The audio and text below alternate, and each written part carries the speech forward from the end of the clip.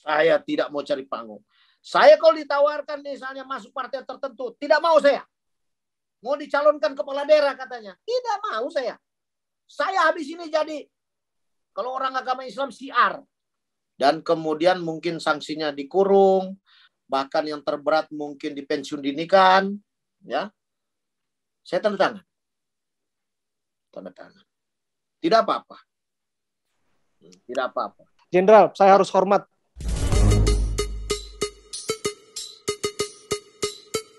Bahwa konflik tanah dan konflik agraria itu nggak hanya terjadi di daerah Minahasa, nggak hanya terjadi di Sulawesi Utara, tapi ini hampir di seluruh wilayah Indonesia. Saya sebutkan dari Sabang sampai Merauke, dari Miangas sampai Pulau Rote. Satu contoh kasus misalnya, di Kabupaten Toba, itu juga sedang ramai kasus konflik lahan antara warga, masyarakat, bersama dengan pabrik bubur kertas, yang barangkali juga Jenderal mengikutinya. Ada seorang aktivis yang jalan dari Toba ke istana hanya untuk memastikan bahwa mereka mendapatkan keadilan. Pun itu, sampai sekarang, itu belum ditindaklanjuti secara sempurna sebagaimana yang diinginkan oleh rakyat di sana. Itu yang pertama. Yang kedua, kasus di daerah Bojongkoneng, di daerah Bogor, Kabupaten Bogor. Barangkali juga Jenderal mengikutinya, ada berapa ratus kakak yang terancam digusur di sana oleh Sentul City. Dan ini juga berkaitan dengan orang Minahasa ini, Rocky Gerung, seorang pengamat yang juga terancam di sana. Saya mau tanya yang pertama, Jenderal kenal dengan Rocky Gerung, sesama orang Minahasa? Saya cuma nonton di televisi, secara fisik saya belum pernah ketemu. Oke. Tapi dia tanggapi kan surat saya. Persis. Itu bagus. Surat saya itu bagus. Cuma beliau bilang walaupun bukan kapasitasnya, ya sudah, saya Pak, yang penting beliau sudah amati ya. Terima kasih. Berarti kan nggak taunya bermasalah seperti itu. Oke. Jadi ini perjuangan kan? Ya, ini perjuangan sesama orang Minahasa. Begitu ya? Loh, Jenderal, begini. Tadi kan dibilang Toba, ya. Kan saya pernah di Sumatera Utara itu bahas tentang perluasan Inalum. Nah, di situ saya memberi masukan waktu 2017 itu saya ikut. Kan saya perwira ahli juga, kedua kali saya di Kodam 1 atau di Medan itu ya, Sumatera Utara. Jadi oleh Dinas Lingkungan Hidup Provinsi Sumatera Utara itu saya ikut karena saya perwira ahli di bidang lingkungan hidup di Sumatera Utara ya, di Kodam 1 Bukit Barisan. Nah, saya di situ diskusi tentang itu. Saya sampaikan bagaimana kalau ada masyarakat itu tangani oleh siapa? Nah, ini adalah masalah sosial kemasyarakatan. Nah, dia di sana kan ada namanya kajian. Ya, kajian AMDAL. Analisa mengenai dampak lingkungan hidup. Nah, sekarang yang namanya AMDAL itu bukan hanya masalah yang bersifat fisika, kimia, tidak. Atau biologi. Juga bersifat sosial kemasyarakatan. Persis, saya sepakat dengan itu. Pertanyaan saya, bagaimana apabila ada protes, demo? Kan ada Forkopimda. Kan Toba itu kan besar, Danau Toba itu. Persis. Ada berapa kabupaten itu? Ada Tobasa, ada Samosir. Tahu betul ya, Jenderal, karena sempat bertugas di sana ya, lama ya. Iya. Ada Tapanuli Utara. Namanya saja Forkompinda. Forum Komunikasi Pimpinan Daerah. Setidaknya masalah itu sudah diperbincangkan di sana. Iya. Nah, kalau misalnya ada yang sampai tadi dibilang masyarakat itu jalan kaki sampai ke istana, berarti di Forkopindanya bagaimana? Saya kan biar begini pernah Forkopinda juga, Dandim. Forkopinda untuk Kota Sibolga, Forkopinda untuk Kabupaten Tapanuli Tengah. Itu saya bicarakan dengan Bupati, dengan Kapolresnya. Nah, ketika bicarakan ini gimana tangani? Itu disitulah terjadi kita permusyawaratan. Undang orang yang protes. Ini Bapak mau apa? Ibu mau apa? Opung mau apa? Gitu. Nah, tapi ini kan ini di Sulawesi Utara, Manado tidak pakai itu. Langsung main gusur. Nah sekarang dengan Pak Rocky Gerung, saya tidak tahu persis, tapi kayaknya sama. Tapi nggak dipanggil, dimusyawarahkan. Sekarang kalau kaitkan dengan Pancasila, kerakyatan yang dipimpin oleh hikmat permusyawaratan dan dalam satu permusyawaratan. Itu bukan berbicara MPR DPR saja, itu berbicara juga di level desa, namanya lembaga musyawarah desa, sampai di tingkat kabupaten atau kota. Dilakukan nggak dalam persoalan ini, dalam AMDAL? Nah, sekarang pertanyaan saya, kok AMDALnya lolos? Kok ada terbit sertifikat? Iya. Sementara masyarakat yang protes itu, dia punya dokumen-dokumen yang ada. Tapi yang namanya masyarakat kecil, mana bisa dia mau bikin sertifikat? Iya, mereka sudah cari makan aja, perkebunan ditutup. Persis. Mereka sudah mengolah lahan itu bahkan sebelum anak sampai cicitnya lahir, begitu ya. Nah, itu persoalan ini harus kan diatur oleh peraturan pemerintah. Itulah makanya wajib lapor yang punya sertifikat hak guna bangunan, hak guna usaha. Nah, ini dia yang tadi disebutkan sebetulnya Jenderal. Apa yang Anda lakukan? Memang Anda adalah seorang jenderal yang berpikiran terbuka, tapi di luar kapasitas Anda, bukan otoritas Anda dalam tanda kutip mengomentari hal-hal demikian begitu. Karena tugas Anda semestinya adalah yang bersifat pertahanan, semestinya adalah yang bersifat pencegahan terhadap ancaman-ancaman terhadap NKRI, begitulah ya, simpelnya. Tapi kok berani-beraninya ya seorang jenderal melakukan upaya yang di luar dugaan, di luar pikiran orang lain. Saya pikir ini pertama kali di Republik ini. Anda sudah mencatatkan sejarah, saya pikir, Jenderal. Anda mencatatkan sejarah sebagai orang Jenderal Bintang 1 yang mengirimkan surat terbuka kepada Kapolri, sekaligus tembusan kepada atasan Anda, Marsikal Hadi Cahyanto, dan jajaran lainnya. Gini, kan kita sudah bicara masalah Forkompinda, Forum Komunikasi Pimpinan Daerah. Kan saya sudah di surat itu kalau diteliti kepada Kapolri, di sebelah kirinya Kapolri itu di kertas ini kalau kita baca sebelah kiri itu kan saya bilang saya sudah pergi ke Polda Sulut dan juga dibicarakan dalam Forkopinda, namun tidak diindahkan. Ini mohon maaf ya, kebetulan saya kan Inspektur Kodam Bintang 1. Nah, Kapoldanya itu kawan saya. Nah, saya hormati beliau, saya datangi. Dia kan Bintang 2. Saya datangi ke kantornya. Pak Nana Sujana. 3 kali loh. 3 kali. Kawan saya baik dia. Dia baik. Mantan Kapolda Metro Jaya. Sebelum ada kasus keramaian ataupun kerumunan di Petamburan sampai pada akhirnya beliau sempat mutasi ya. Nah, pertanyaan saya, apakah cuma 3 kali? Sudah. Saya juga sudah sampaikan dalam satu forum komunikasi. Nah, forum komunikasi kan tidak mesti, ayo, kita resmi-resmian undangan. Tidak. Dalam obrolan, ketemu kita, ya udah kita sudah sampaikan. Jadi kapanpun kita ketemu, itu satu forum komunikasi. Saya sudah sampaikan. Nah, kalau sudah berulang-ulang, bahkan saya ditelepon, ini bagaimana? Loh, ini kan bukan bidang saya, ini kan bidangnya Bapak Polri. Silakan selesaikan dengan pengacara, dengan masyarakat itu. Saya tidak mau campur. Babinsa saya laporan. Yang anehnya datang pasukan Brimob pakai surat perintah. Ada surat perintahnya, tanda tangan. Nah, sekarang pasukan Brimob bersenjata berhadapan dengan Babinsa. Ada masyarakat yang punya tanah berdasarkan putusan Mahkamah Agung, berdasarkan register di desa. Pertanyaannya, apa saya mencampuri urusan?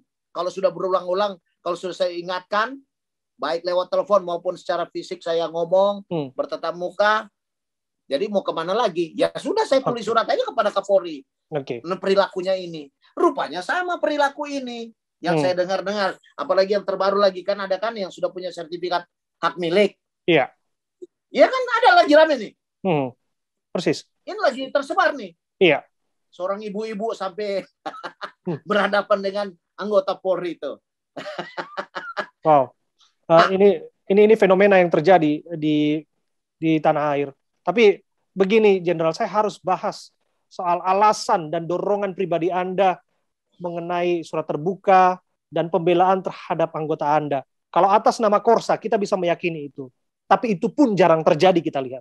Saya pikir dalam sejarah Republik ini, mungkin kita bisa hitung jari ya. Atau mungkin saya perlu di-refresh, disegarkan kembali mengenai siapa Jenderal Bintang 1, Bintang 2 yang sampai membela Babinsa.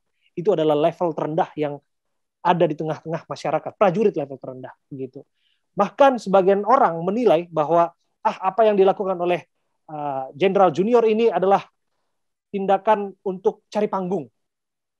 Apa yang dilakukan Jenderal Junior ini adalah karena nggak lama lagi akan segera mengakhiri masa jabatan. Jadi nothing to lose, tidak ada beban di belakangnya. Jadi mengambil kesempatan bahkan bermuatan politik di dalamnya. Betul demikian, Jenderal.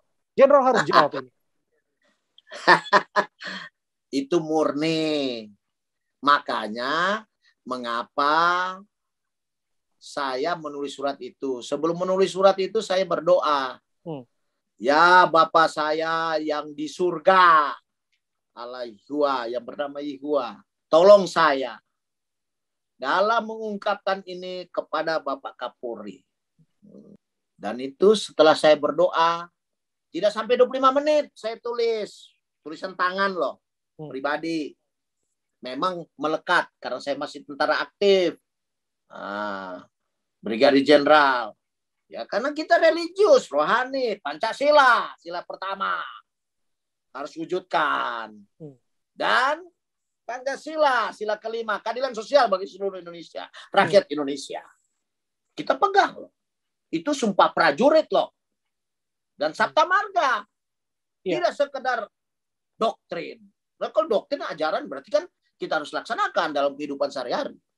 Pancasila juga kan dulu berapa butir? 38 ya. Sekarang kan 45. Saya pengajar Pancasila juga di Universitas Jenderal Ahmad Yani di Cimahi. Nah, pertanyaannya sekarang, apakah ini cari panggung? Apakah ini bermuatan politik? Saya tidak mau cari panggung. Saya kalau ditawarkan misalnya masuk partai tertentu, tidak mau saya. Mau dicalonkan kepala daerah katanya. Tidak mau saya. Saya habis ini jadi, kalau orang agama Islam siar. Kalau dalam agama Kristen namanya penginjil. Mau apa saya? Karena saya punya harapan untuk hidup kekal di muka bumi ini. Jadi ini semua apa gunanya? Ya. Apa gunanya saya punya jabatan tambah bintang di sini? Tapi saya mati kekal. Nggak ada gunanya. Kalau orang beragama Islam mengatakan amal perbuatan. Kalau kita yang namanya mengasihi sesama manusia, lakukan berbuat baik kepada siapa saja. Nah, dan saya punya harapan, saya diberi janji sesuai kitab suci. Kau berbuat baik kepada siapa saja, kau akan dapat hidup kekal. Tapi kita punya harta sebanyak-banyaknya, tidak menjamin saya bahagia. Makanya dikatakan berbahagialah orang yang suka damai. Saya orang yang suka damai. Nah, kalau saya memang benci kepada Polri, ngapain saya mau ini? Cukup anggota, kumpul, kita serbu. Tidak begitu. Pakai surat. Pakai surat dengan baik. Jadi tidak ada motif politik sama sekali ya. Tidak ada motif untuk kepentingan pribadi. Tidak. Motifnya murni untuk membantu orang lain. Karena dia rakyat miskin, kecil. Kemudian ada rakyat yang punya pegangan. Putusan Mahkamah Agung loh. Iya. Walaupun itu bisa di PK. Iya. Tetapi kalau putusan Mahkamah Agung katanya inkrah ya. Iya. Sudah tetap. Nah, ketika dia sudah dapatkan itu, loh, katanya sudah tertinggi itu, ya keadilan. Loh, kenapa tidak ditegakkan ya? Persis. Dan motif saya hanya untuk mengingatkan, tolong tegakkan itu putusan Mahkamah Agung. Tolong hargai adat istiadat masyarakat itu. Dia sudah terregister. Nah, tata cara adat Minahasa itu terhapus satu kampung itu. Cuma karena mereka keserakahan. Serakah. Kita sudah mengkhianati ini adat istiadat. Kok korporasi kok maksudnya apa? Menghapus adat istiadat masyarakat. Cuma karena gara-gara mau cari duit. Kau makan duit itu. Di mana kau punya hati nurani? Kau hapus itu adat istiadat Minahasa itu. Saya tentara rakyat. Tidak mau adat istiadat Minahasa itu hapus. Gara-gara keserakahan kalian. Saya tidak ada motif lain-lain. Saya mengasihi sesama manusia. Harta itu bisa dicari. Mereka kasih makan kita. Perjuangan kita itu. Tentara Indonesia itu. Ingat, kita berjuang. Pakai makanan kita dari rakyat. Kalian korporasi cari keuntungan untuk pribadi saja. Bisa bayangkan itu. Orang Toba yang punya adat bagus. Namanya Daliana Tolu.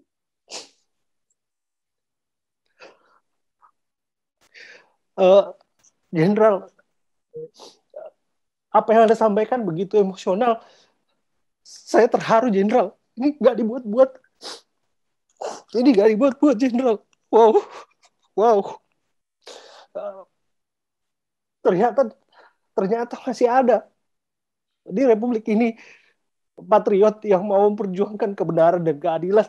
Karena kita tahu, saya memulainya dengan itu nggak pemberian gitu. Itu harus diperjuangkan. Dan wow, Anda menyampaikannya emosional dan saya ikut terharu, Jenderal. Dan saya bisa memahami mengapa ini begitu emosional, begitu personal bagi Anda. Karena Anda sebutkan nilai-nilai kekristenan di sana. Saya seorang Kristen.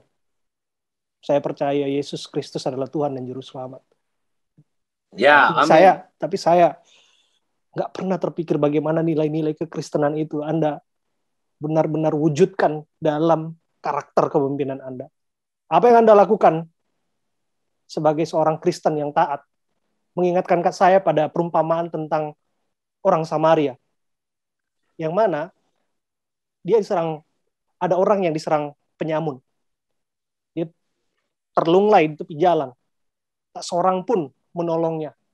Tapi ada orang Samaria yang mau mengangkatnya, membersihkannya, bahkan menitipkannya di tempat penginapan, bahkan membayar lebih kepada orang penginapan untuk menyelamatkan orang ini. Atas dasar kasih itu tadi.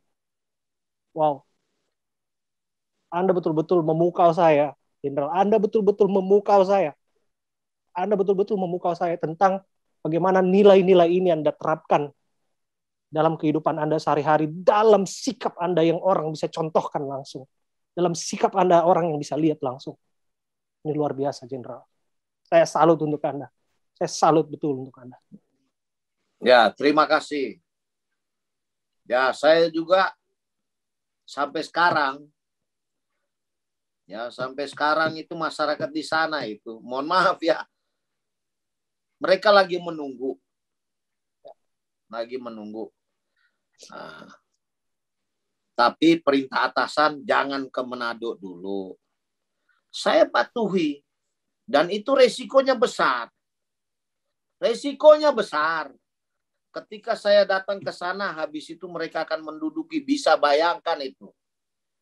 Dan itu tidak bijaksana kalau saya datang. Karena mereka sadar betul. Satu kampung hilang. Ya. Anda bisa bayangkan di situ kampung hilang. Terus diganti dengan penghuni lain. Dan di situ ada mungkin ya. Di situ dekat kuburan. Mereka pecah itu kemana-mana sekarang. Dan fenomena ini bukan cuma di Manado. Di Bandung pun ada. Iya. Di Sumatera pun ada. Di Kalimantan ada. Itu nasional. Dan bagi saya pribadi sebagai tentara itu adalah suatu bukan cuma gangguan, bukan cuma tantangan, bisa menjadi itu merupakan ancaman terhapusnya sosial budaya kita. Budaya kita itu dimanapun musyawarah. Musyawarah itu persatuan. Nilai-nilai Pancasila hilang. Nilai-nilai sosial kemasyarakatan kita yang berdasarkan ketuhanan yang bahasa hilang. Kita mau bicara apa terhadap hal itu? Tentara nasional Indonesia itu tentara rakyat harus berjuang untuk itu. Lawan itu. Sepakat. Yang namanya harus dilawan itu. Kalau misalnya diadakan musyawarah dan kesepakatan, mungkin masyarakat itu akan setuju karena mereka itu di situ ada persaudaraan. Kalau di dalam Batak itu namanya Daliana Tolu. Persis. Dan mereka akan pindah mungkin ke tempat lain menjadi lahan persaudaraan mereka tersendiri. Pasti kita persaudaraan itu tidak akan mau pisah. Nah sekarang dengan adanya itu mereka buyar itu kemana-mana. Kalau mereka dibekali, syukur. Kalau tidak dibekali, nah mereka mau kemana? Jadi bukan lagi gangguan, itu ancaman untuk merubah, bahkan mendiadakan tata sosial kemasyarakatan. Adat istiadat bubar. Itu menjadi suatu hal yang fenomena terjadi. Bukan cuma di Sulawesi Utara, Manado. Nah, itulah yang diurus sekarang oleh pemerintah. Oke. Jenderal, suara Anda lebih lantang daripada 500-an suara anggota legislatif di Senayan sana. Dan saya pikir rakyat Anda bersama dengan Anda saat ini. Rakyat bersama dengan Jenderal Junior Tumilaar yang akan dikenang dalam sejarah. Kalau saya bisa cerita sedikit ya, saya juga meyakini bahwa apa yang dilakukan oleh Jenderal Junior ini murni.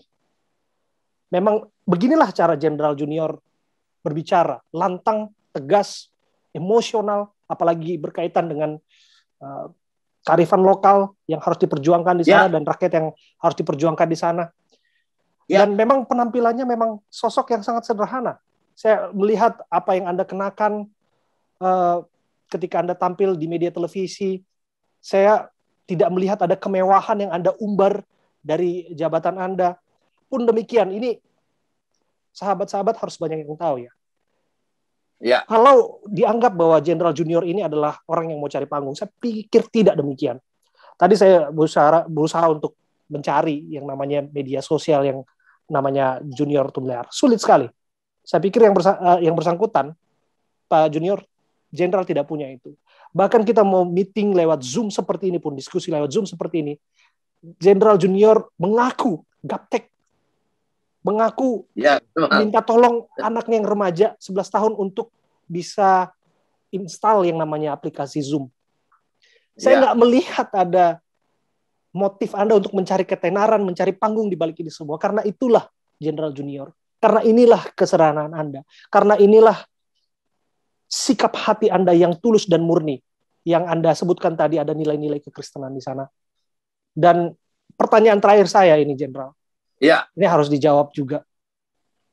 Disebutkan tadi setelah ini semua akan menjadi orang yang berkiprah di penginjilan, orang yang berkiprah di bidang kerohanian, begitu ya Jenderal ya.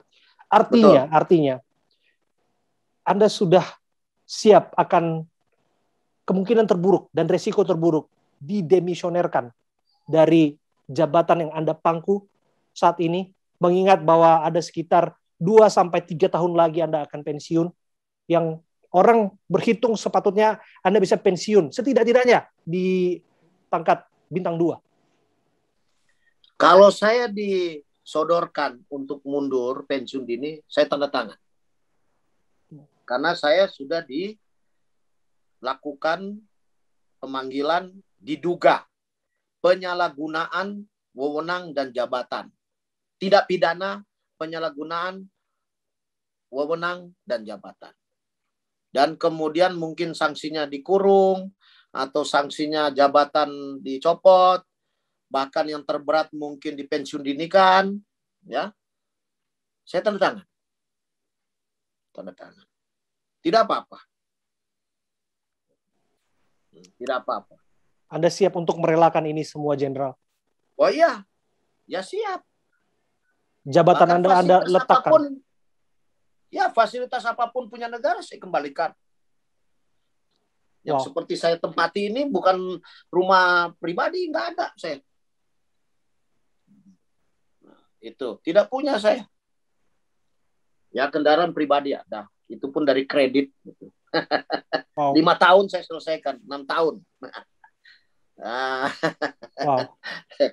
Wow. Silakan laporan harta kekayaan saya, silakan cek.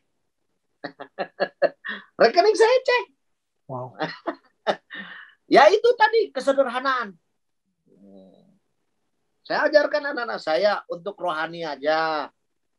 Karena kalau kau cari harta, ya hidup nyaman, tidak masalah. Tapi utamakan rohani. Karena kan dikatakan oleh Yesus, ya, cari dahulu kerajaan Allah. Nanti semua akan ditambahkan. Kalau kita sudah ada seperti itu, nanti akan ditambahkan. Itu yang kami pedomani semua. Jadi kita tidak akan kelaparan. Makan berapa sih? Kan pasti ada. Dan tetap sehat. Akal tetap sehat. Hati tetap sehat. Ya, rohani, akal pun ingat loh. Beragama itu, membaca kitab suci Alkitab itu bernalar. Melatih hati nurani kita. Hati nurani kita itu kompas. Nah, bisa bayangkan itu kalau kapal tidak ada kompas. Tidak ada arah tujuan yang jelas. Nah, hati nurani saya terkompasi oleh kitab suci itu. Saya baca. Nah, saya baca setiap hari. Baca ayat harian keluarga. Ayo baca. Kita renungkan. Nah, sekarang resiko saya mau dicabut, dicopot. Saya bilang, itu kan dunia. Dunia. Artinya ya sudah. Apa setelah itu saya kelaparan? Tidak. Jatuh miskin? Ya mungkin. Karena saya tidak digaji lagi secara normal. Biasanya. Ya nggak apa-apa. Kita dijamin kok. Oleh siapa? Oleh Allah.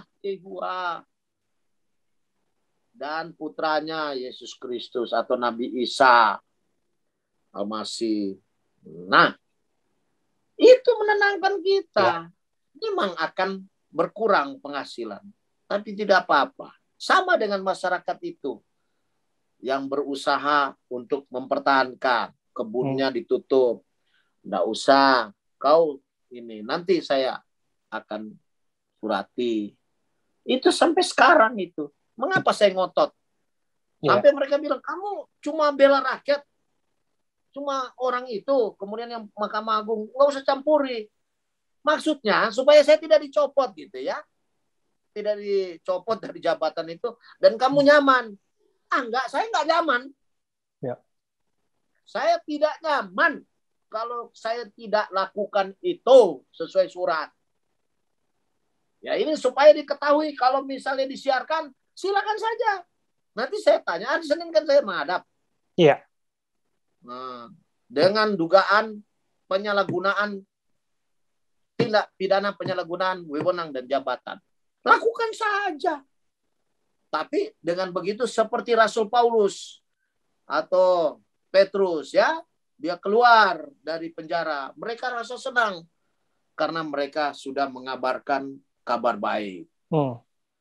Nah, mereka senang loh. Walaupun mereka sudah dipukuli dengan itu. Dan itu saya yakin, saya senang. Karena saya lakukan bukan untuk diri saya, tapi untuk orang lain. Itu wujud dari kasih sesama manusia. Wow. Saya jadi ingat lagunya itu, Jenderal. Hidup ini adalah kesempatan. Itu ya, Jenderal. Tapi terima kasih banyak, Jenderal. Terima kasih banyak sudah bergabung. Jenderal, saya harus hormat. Ya, terima kasih.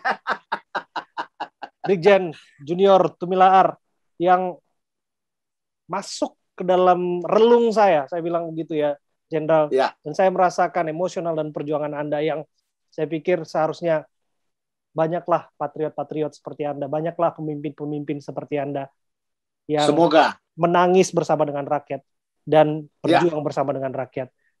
Terima kasih. Terima kasih. Jenderal Junior. Horas Jenderal.